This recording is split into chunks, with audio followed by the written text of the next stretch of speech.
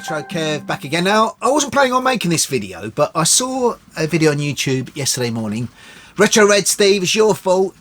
He put this video out there, and I think it was a challenge put out by another YouTuber, Tony Fighter 2, which I wasn't subscribed to. If you're out there, Tony, I am subscribed to you now. That's the wonder of YouTube in a way, really. You find out about other channels through watching a different channel, you know. But he put out this challenge to try and pick your best film from each decade. Each decade, not even each year. Each decade starting from the 50s. And I thought, oh, that's impossible. It's an impossible challenge. But, you know, then I thought, I love a challenge, and I thought I'd give it a go.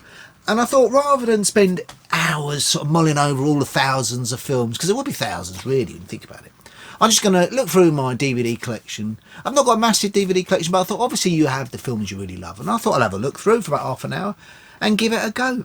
So on that, I'm going to crack on. Now, before I say anything else, I always sort of say, you know, music, all those sort of things, art things, films, they're subjective, aren't they? Like, one person can have a film that it's really, really very, very important to them, blows them away, and another person will think that film's dull and boring and crap. So, you know, I was more judgmental person when I was younger, like a lot of people, but now I just think, you know, people like what they like, don't they? So these are my choices.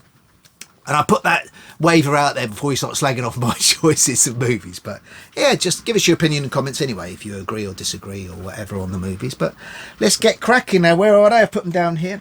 Now, I surprised myself with some of my choices when I started looking through my DVD collection. And I had to go up in the attic for this one because it was amongst the Christmas decorations. So it's very festive, but I didn't pick it for that reason. But it is Scrooge. I think this was made in 1951. Alistair Sims. His portrayal as Ebenezer Scrooge is absolutely fantastic. But there's so much to like about this film. For me, it's the best Scrooge film now. I think I saw Bill Murray's one, is it, in the 90s? That was pretty good. But this different level, you know, Charles Dickens is such a fantastic writer. Now, I've tried to read some Charles Dickens books, and I have to say I'm probably just an averagely intelligent guy really, but his writing is it's on a different level. You can read a couple of sentences of Charles Dickens and you'll have to sit there thinking about it for about half an hour. He's that sort of writer. So the story obviously of Scrooge is, everybody knows it, and I think it's a brilliant story, but it's just done so well. Now, what they do in this film is so right. There's the acting, it's brilliant, but they get the tone right for me. It's quite a dark story. It's not quite horror, but there are parts of this film, this version, that are eerie, and the way they're shot with the lighting. Now, the lighting, I'm going to put a little bit of snapshot from the lighting from this film. It's incredible. Now, obviously, you didn't have special effects to a point. Now, they just started to sort of try to involve some special effects. Now, that's what's wonderful about filmmaking, isn't it? Is they're always trying to push the boundaries. But there's a few bits and bobs they do in this film, but the way they sort of portray the ghosts and everything, but it's quite dark. And the final ghost, as everybody knows, the one who sees the future, it was so simply done, but so effective. It's almost like a horror film. But yeah, this film, I watch it at Christmas, obviously, and I'll be watching it in a couple of weeks. But I have been known to watch this film when it's not Christmas, which to me says a lot about how much I enjoyed the film. But yeah, Alistair Sims, Ebenezer Scrooge, I just love this movie. There you go. That's my 1950s. Now, I will mention the odd film that pushed it close. For me, the film that pushed that one close was The Day the Earth Stood Still, the original. I thought that was an exceptional science fiction film, and I absolutely loved that film. But now I went for Scrooge again. Now we'll go to the 60s. Now, obviously, I don't have great knowledge of many 60s film, but this one, I remember seeing this film once when I was a lad, and my dad wasn't much for TV and films really, but this film was on. And after about 5 minutes, my dad put his newspaper down and he was glued. And the film is Stanley Kubrick's 2001 A Space Odyssey. And I don't know how old I was when I was watching this. One of these films, it was on BBC Two, 7 o'clock on a Saturday evening or something. And my young mind, I can't remember exactly how old I was, but it was mind-blowing. Like, the films that get me the most are the ones that really take you somewhere else, and this film and the work that went into making this film, obviously Kubrick, I mean, he's a fantastic director, but he sort of researched and he spoke to people that were involved in space travel. Obviously space travel was in its very, very early sort of knockings there, but and he got some advice about how the film should look, but he got the isolation of space and the story, of course, written by Arthur C. Clarke. Now, if you're a kid, you remember a teenager, they had Arthur C. Clarke used to have TV shows talking about all the mysteries of the universe, the mysteries on Earth, and I was really fascinated by all that. So, and you know, but what I did is I was advised to do it. When I got older, I read the book, and then I instantly watched the film. And that way you get a much better understanding of the film. Now, when I watched the film when I was about a kid, the last 5 minutes, you think, what the hell? What the hell? What is that? But when you read the book, that time period when the guy is on that ship and he's just aging, he's just living a life, walking around the ship, he's waiting for the next transition of evolution, if you like, before he touches the monolith. But that is explained a lot better in the book. But this film, obviously it's groundbreaking. A lot of people who make science fiction today have referenced this film, and also the use of classical music. You know, Kubrick decided to go for some you know, obvious classical music, but it'll work so well. And then, of course, there's the whole idea of AI and how everyone remembers Daisy, Daisy. But the way AI turned on the crew for its own needs or whatever, but it was just so far ahead of its time. I know it's really easy to say that, and things aren't ahead of their time, actually, are they? Because they're made in that time. But this one really felt it. The special effects for out in space, the isolation, you know, is brilliant. So the whole concept of the film and the idea of the book and the film together is just exceptional. So that for me, and I'm a big fan of science fiction, so Stanley Kubrick's 2001: A Space Odyssey, that was my 60s choice. Now my 70s choice was quite easy for me. Now 70s, there was loads of fantastic films. I put the post up there, Taxi Driver, because I thought Taxi Driver is a great movie, but it didn't make it for me because one film stood out for me. Now there were the Star Wars films, as Steve said. I was a fan of the Star Wars films. Now I was a fan, but it wasn't next level for me. I sort of enjoyed them as they are. I know I've got all the Star Wars films and I watch them, but it was the film that did it for me. Now this one's got the first two, but it was Richard Donner's Superman the movie. I don't know what it was about this film. Now when I saw this film, I think it was 1978, was it? So I would have been about 9. I'd only seen about 3. I didn't get to the cinema very often when I was a kid, and I think it may have been about the 4th or 5th film I'd ever seen. I'd obviously seen Star Wars, really enjoyed that.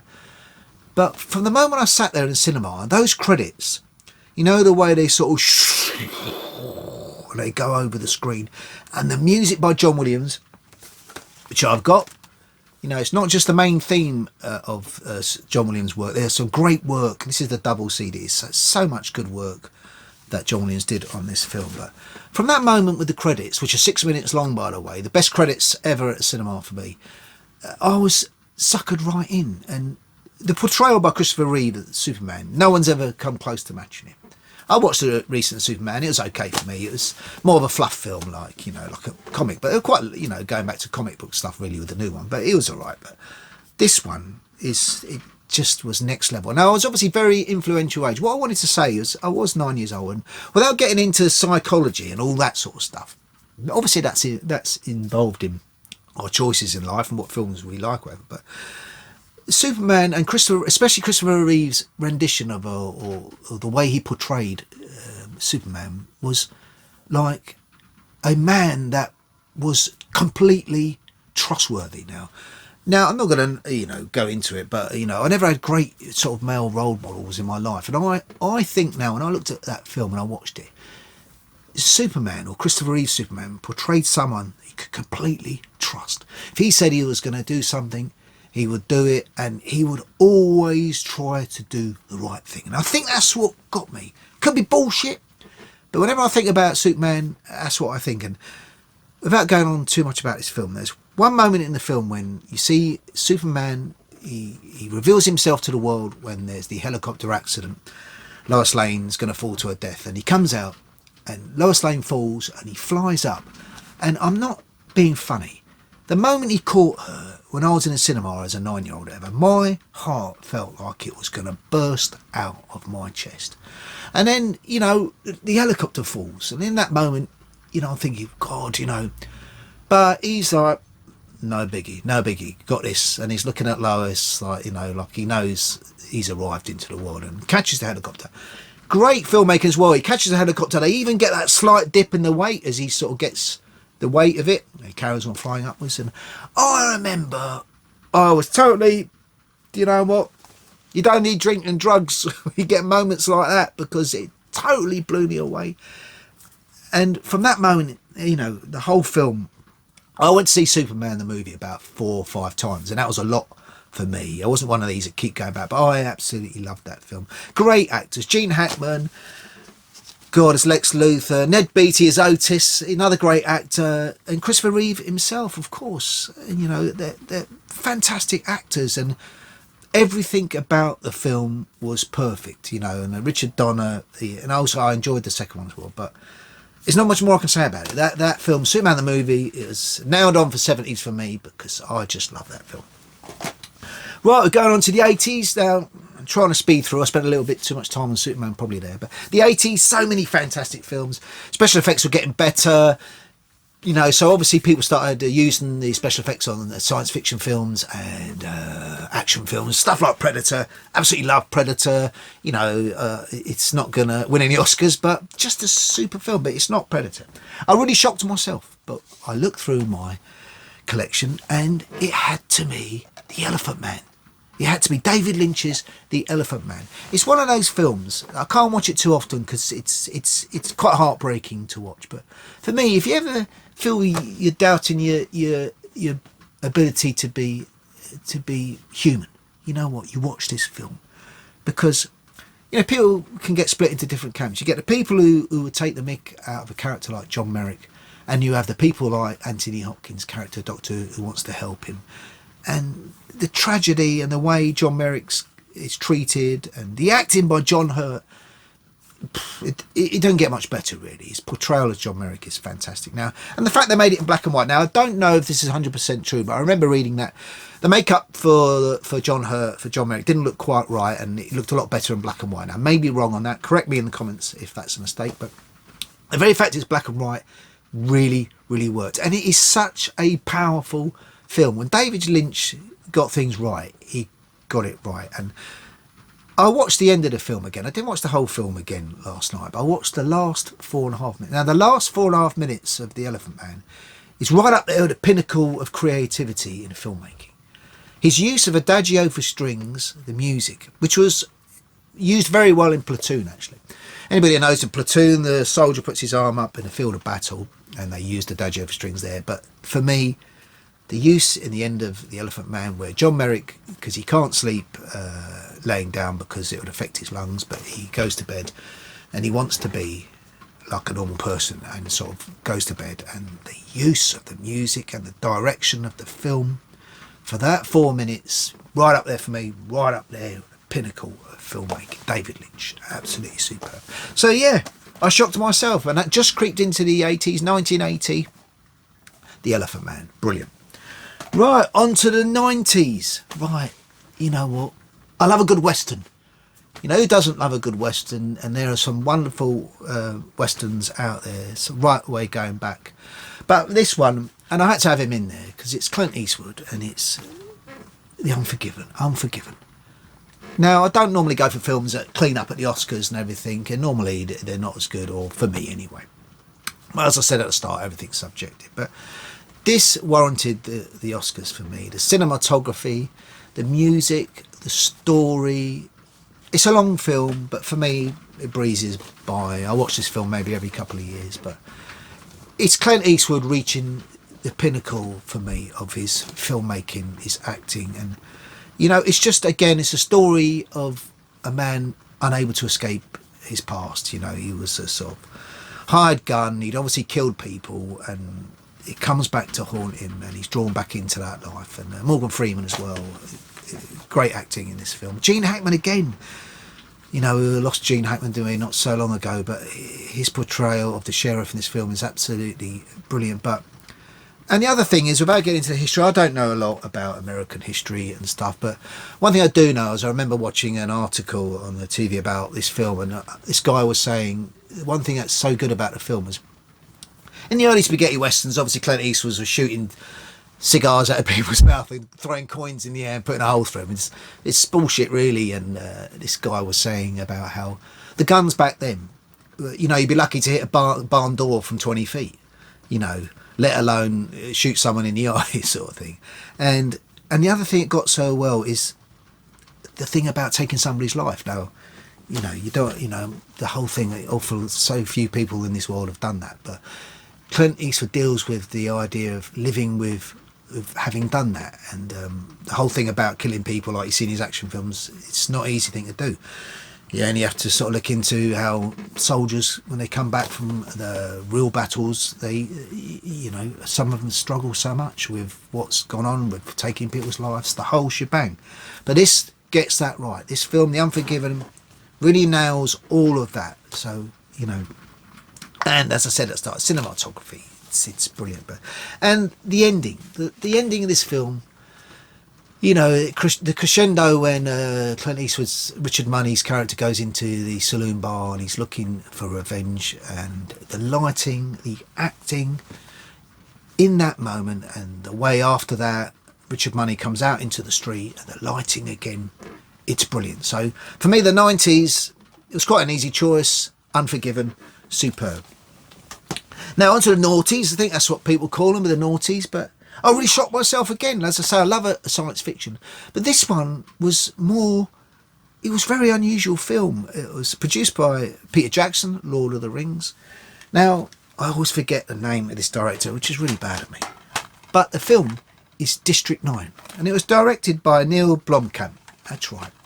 And it's a film that works on so many levels. Now, I think some people didn't really take to the film because the first half of the film is basically like a documentary. They made it so, and that's only testament to the filmmakers really, that it's almost portrayed like a documentary. But it's all about an alien craft that's come down, and unlike a lot of science fiction films where the aliens are going to take us over or they want to use us for something or eat us, but they were just aliens that are really struggling. They were looking for somewhere to live, and the whole film, it starts with that, and then the film moves on to 28 years later, and all these aliens, they're put into this district, and they're pissing off the humans and all that. So the humans are disliking them, and the whole idea is they're a pain in the ass really, these aliens. And it's, as you can see, you can tell how the film is working on different levels. And in the film, they're going to move all these aliens, which are called prawns in the film, they're going to move them to another district. So I think they're District 10 was it in the film. And it's all about this guy who's like a civil servant, and he's helping the move. He's talking to these aliens, and in the film he finds this alien materials which the alien shouldn't have, and he sort of fiddles around with his canister, and the spray goes off, his gas goes in his face, and the film changes. And this gas sort of eventually is going to turn this character into an alien himself.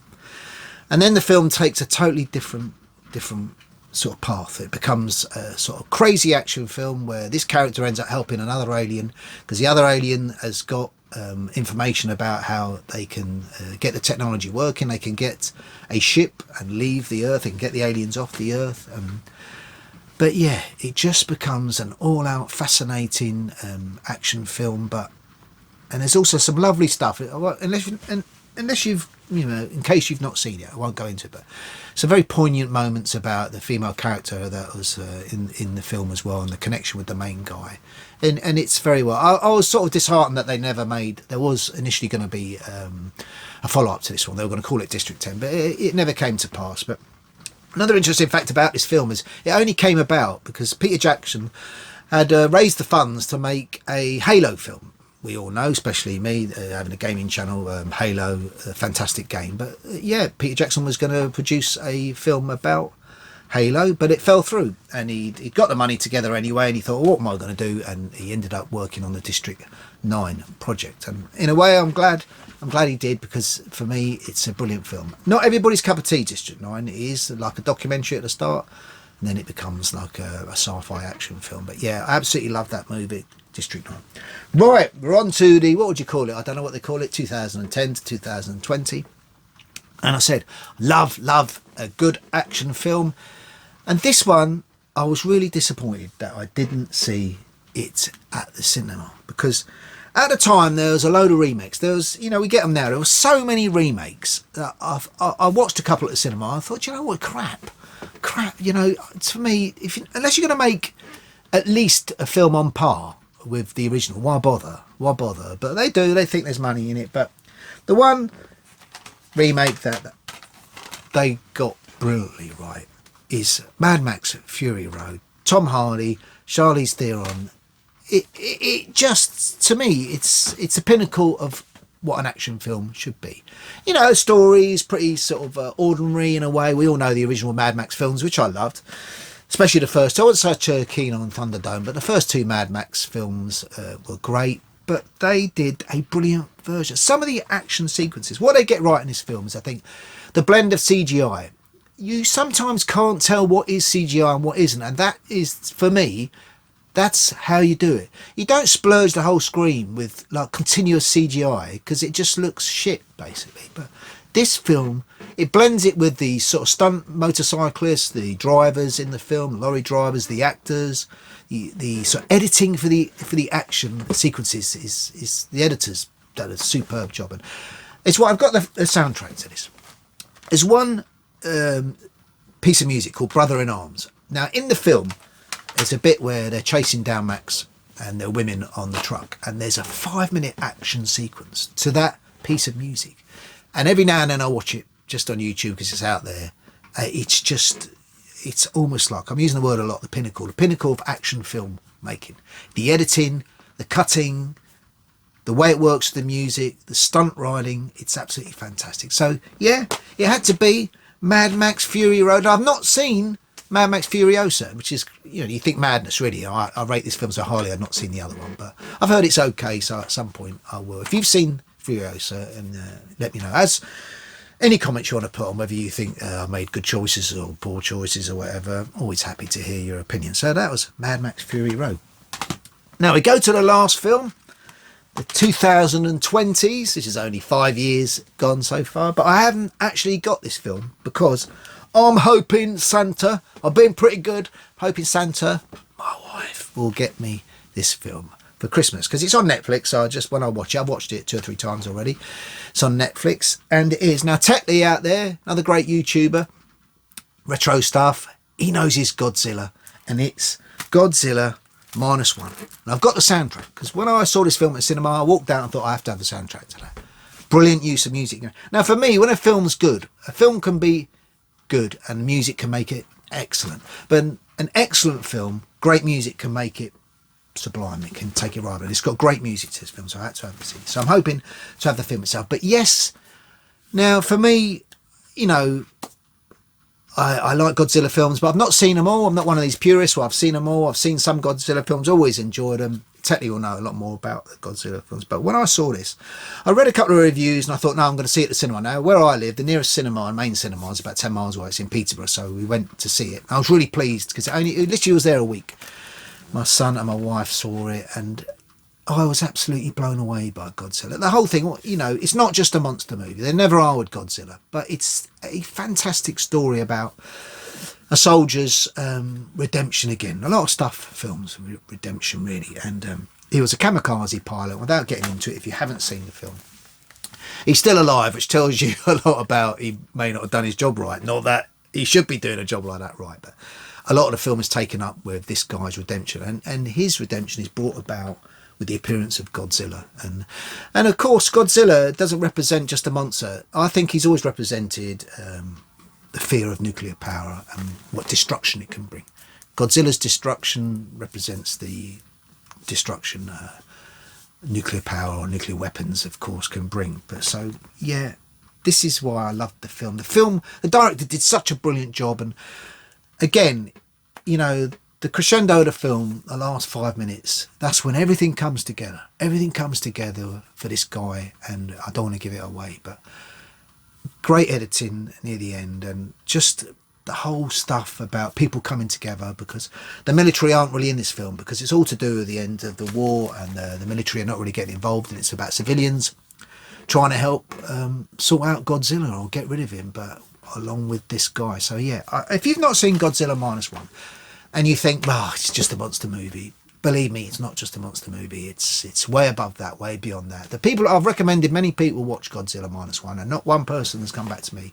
Yeah, so no, they've all come back and said, blimey, Kev, that was a shock. That was a shock, that film. So yeah, So that's my last one. Godzilla -1. Look, I've kept it in its wrapper because I'm thinking, yeah, it might be worth something because I can always listen to it on YouTube. I'll probably open it and put it in the old CD player at some point. So yeah, they were my films. I think it was 8 films altogether. It was tough. Oh, Retro Red Steve, you got me, and Tony Fighter 2, you got me with this one. But give it a go. If you've got a YouTube channel, give it a go because, you know, I'm really interested, as Steve said, it's really interesting to see what people pick because you just don't know. I'll shock myself with my picks when I look through my DVD collection. Anyway, if you're just watching for the first time, I do normally do games, but I do other stuff, you know, films, whatever, anything retro really going back in time. But yeah, I'm going to do another video very soon. I've got a little photo down here with Lady Dimitrescu herself from Resident Evil Village. I went to Liverpool Comic Con. That's going to be in my next video with a few pickups and a few little bits, just a catch-up video really, but may even have that out very soon, as in the next few days, depends how busy I am. But until then, take care of yourselves, like and subscribe if you like the content, and I'll see you all soon. Take care.